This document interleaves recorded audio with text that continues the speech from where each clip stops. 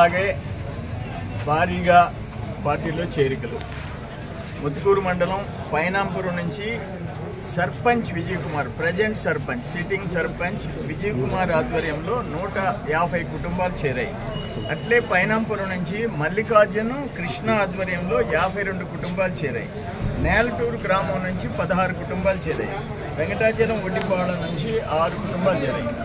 ఈ చేరికలతో ఆల్మోస్ట్ పైనాంపురం ఖాళీ అయిపోయింది, నేలటూరు ఖాళీ అయిపోయింది, వెంకటాచలం ఒడ్డిపాళెం కూడా వన్ సైడ్ అయిపోయింది. నా ఉద్దేశం ఏంటంటే 117 పంచాయతీల్లో దాదాపు నేను ఇది ఎగ్జాగరేషన్ అతిశయోక్తి చెప్పడం వల్ల 17 పంచాయతీల్లో ఆల్మోస్ట్ అన్ని గ్రామాల్లో కట్టలు తెంచుకొని వస్తున్నారు.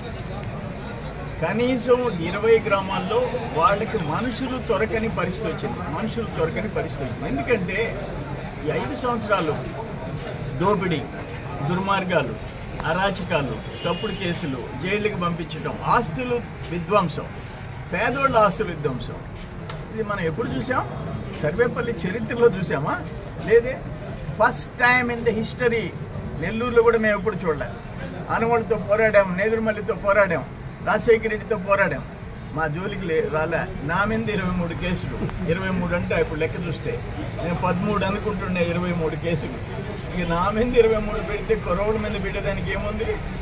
నేనేమి నకిలీ మద్యం, కల్తీ మద్యం సప్లై చేసి నేను చంపలే.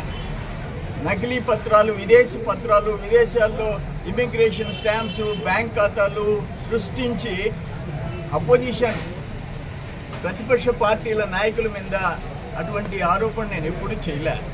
ఏదున్నా జనం కోసం పోరాడాం, జనం కోసం బతికాం, జన సమస్యల పరిష్కారం కోసం కృషి చేశాం ఫస్ట్ టైం.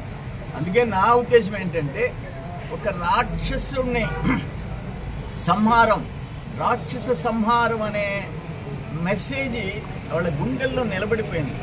ఎలక్షన్ కోడ్ వచ్చిన దాకా భయపడి గుండెల్లో పెట్టుకున్నారు. ఈరోజు బయటపడ్డారు. బర్స్ట్ అయిపోయింది, బ్లాస్ట్ అయిపోయింది. అది పరిస్థితి.